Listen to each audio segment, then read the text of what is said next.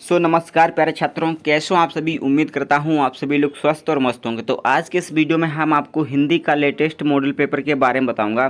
जितने बच्चे UP board exam 2025 की तैयारी कर रहे हैं तो इस वीडियो को लास्ट तक जरूर देखना। जितने ही बच्चे 70 में से 70 नंबर लाना चाहते हैं तो वीडियो को लास्ट तक जरूर पास कर लेना, क्योंकि आज का ये model paper official model paper है। तो आज के इस वीडियो को दबा के शेयर कर दें। तो बच्चों, इसमें जो आपकी समय विधि रहेगी 3 घंटे 15 मिनट, और आपको जो 15 मिनट दिए होते हैं ये आपको क्वेश्चन पेपर पढ़ने के लिए मिलते हैं, यानी कि आपको क्वेश्चन पेपर को हल करने के लिए बिल्कुल 3 घंटे ही मिलते हैं।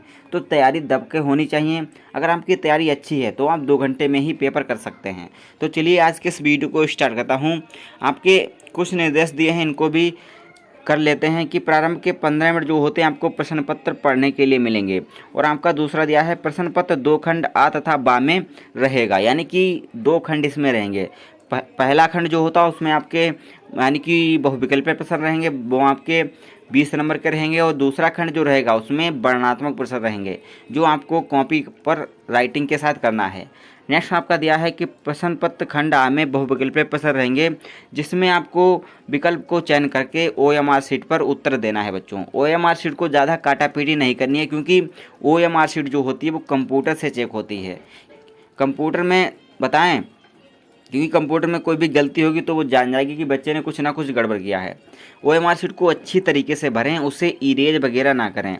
जो बच्चों खंड आ रहेगा उसमें जो बहुविकल्पी प्रश्न रहेंगे वो आपके प्रत्येक प्रश्न जो होंगे वो आपके 1 नंबर के होंगे। और OMR शीट को उत्तर अंकित किए जाने के पश्चात उसे काटें नहीं तथा इरेज और एवं वाइटनर आदि का प्रयोग ना करें। तो बच्चों, हमें आपको बता दिया है हमने कि उस पर कोई भी आपको कटापीटी नहीं करनी है। तो चलिए आज के इस वीडियो को स्टार्ट करता हूँ। सबसे पहले हम बात करेंगे बहुविकल्पी प्रश्न के बारे में, यानी कि जो आपके बहुविकल्पी प्रश्न होते हैं यही आपके सबसे टेढ़ी कीर होती है, क्योंकि इनको अगर तैयार कर लिया तो समझो पूरा पेपर तैयार कर लिया।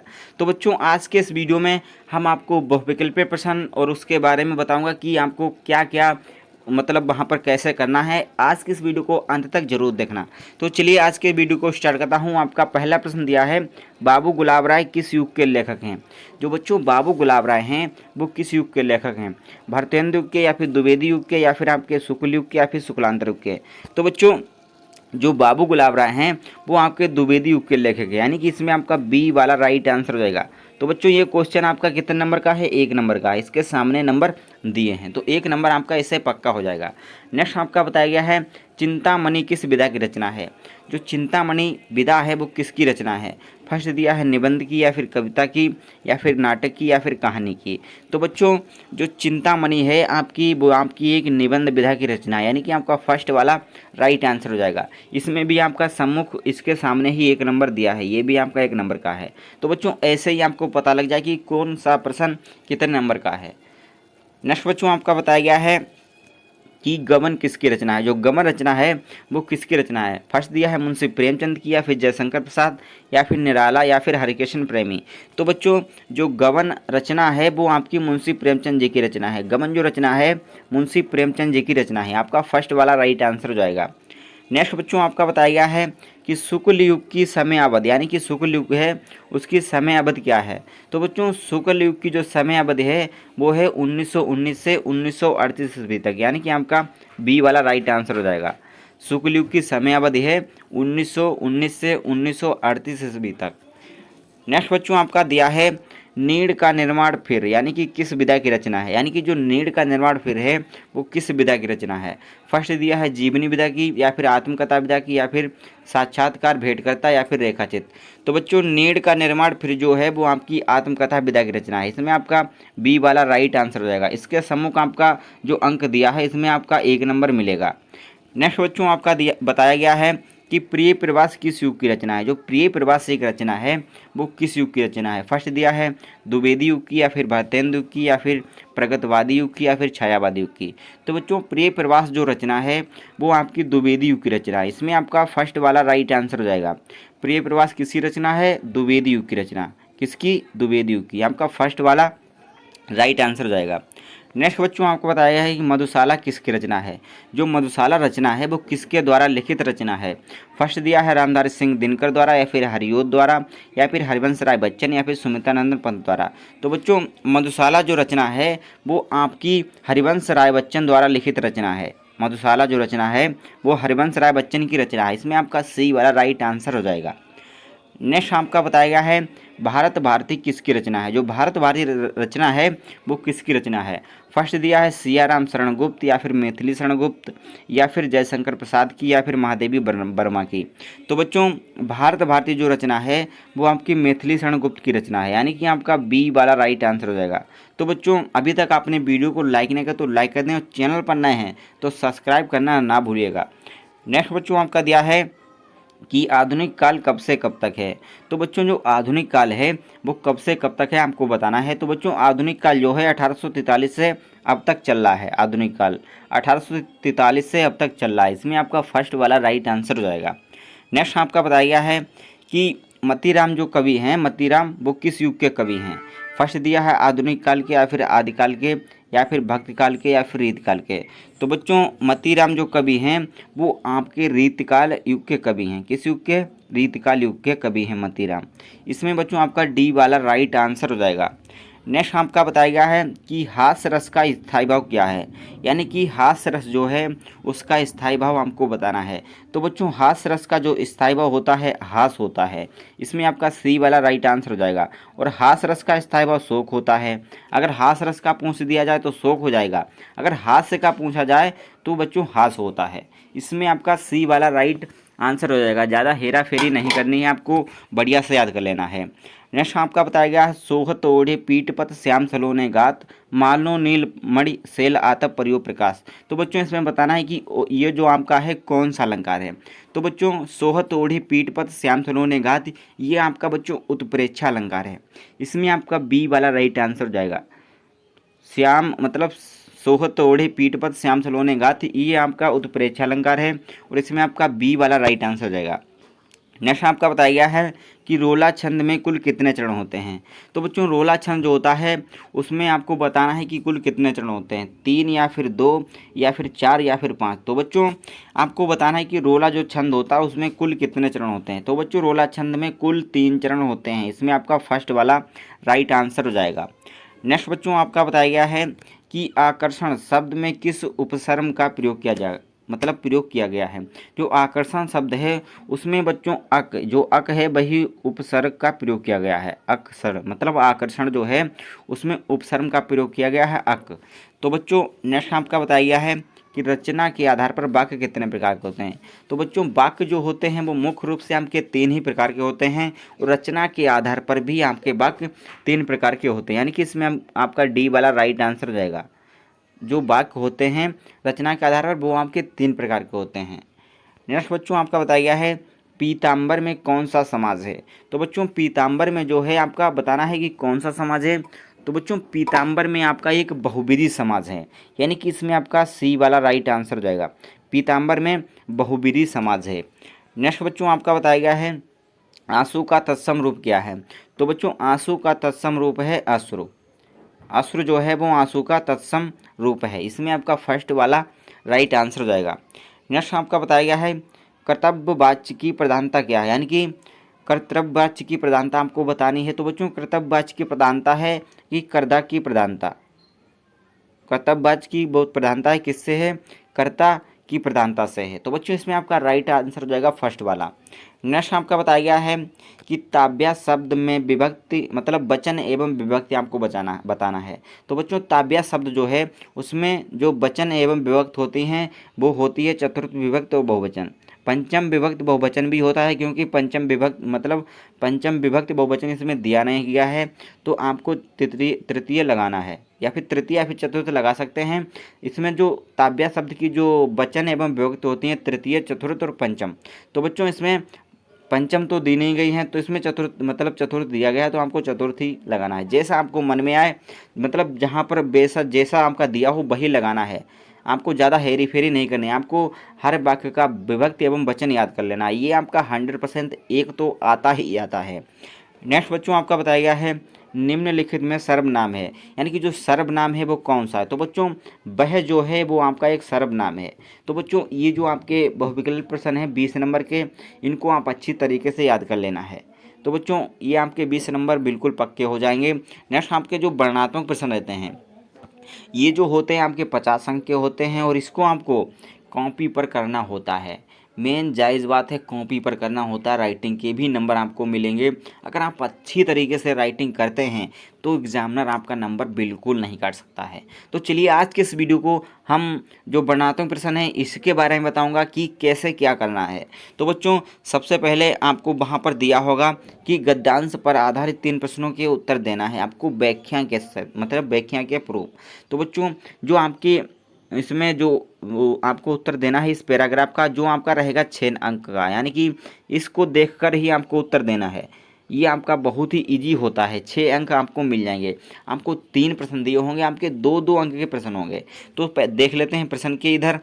फर्स्ट आपका प्रश्न दिया है उपरोक्त गद्यांश का संदर्भ लिखिए। जो बच्चों ये पैराग्राफ किससे लिया गया है इसका संदर्भ आपको लिखना है। बच्चों आपको संदर्भ नहीं आता है लिखना या फिर उसको याद करना नहीं हो रहा है तो आप कमेंट में बता दीजिए, आप एक इजी ट्रिक के साथ मैं वीडियो बना दूंगा। तो बच्चों संदर्भ आपको लिखना है कि ये जो पैराग्राफ है किसके द्वारा लिखा है, किस पार्ट से लिया गया है, इसके लेखक कौन है, ये से आपको लिखना पड़ता है।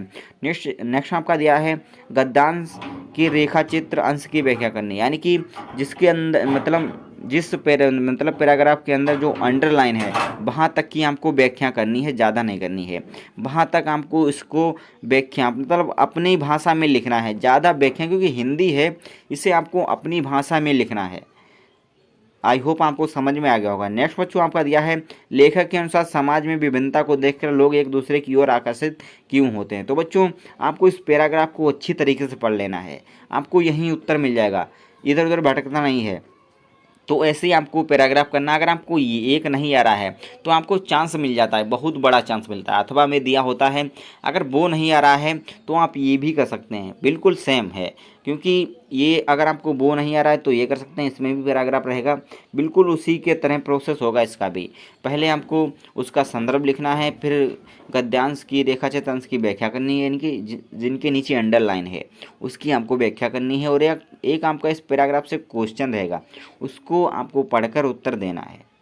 तो ये पैराग्राफ आपको सटल मतलब इनका स्क्रीनशॉट ले लीजिएगा, अच्छे से तैयार कर लीजिएगा।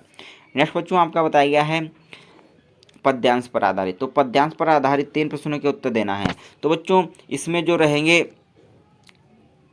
इसमें भी आपको प्रोसेस वही करना है, इसका भी आपको हिंदी अनुवाद करना है, व्याख्या करनी है संदर्भ के साथ। तो बच्चों इसमें संदर्भ लिखना है, फिर जो अंडरलाइन दी है इसके मतलब जो अंडरलाइन दी है इसकी व्याख्या करनी है। दूसरे नंबर पर आपको 2 नंबर इसके मिलेंगे, 2 नंबर इसके मिलेंगे। और उपयुक्त पंक्तियों में कौन सा अलंकार है आपको पहचानना है कि इसमें कौन सा अलंकार है, वही आपको पहचान कर उत्तर दे देना है। आपके 6 नंबर क्लियरली पक्के हो जाएंगे। अगर आपको वो नहीं आ रहा है तो दूसरा ऑप्शन भी दिया होता है, अगर वो पैराग्राफ नहीं आ रहा है आपको तो ये कर सकते हैं। तो बच्चों इसमें भी आपको बताना है, संदर्भ देना है, फिर रेखाचित्र अंश की व्याख्या करनी है, फिर एक क्वेश्चन दिया होगा उसमें आपको पढ़कर और बताना है।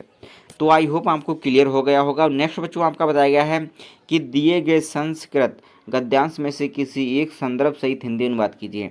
आपके 2 पैराग्राफ दिए हैं अथवा में, या फिर आप इसकी हिंदी अनुवाद कर सकते हैं या फिर आप इसकी हिंदी अनुवाद कर सकते हैं। तो बच्चों आपको बहुत ही छूट मिलती है, एक ना एक आप कर ही सकते हैं। आपके 5 नंबर संदर्भ के सहित लिख रहे हैं, 2 नंबर आपको संदर्भ के दे दिए जाएंगे और 3 नंबर आपको व्याख्या के मिल जाएंगे।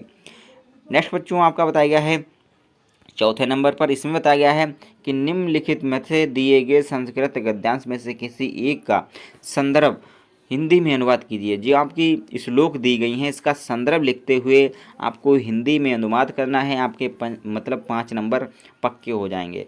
तो बच्चों श्लोक जो आती हैं वो आपकी बहुत ही ईजी आती हैं, आपको ज़्यादा कठिन नहीं याद करनी है।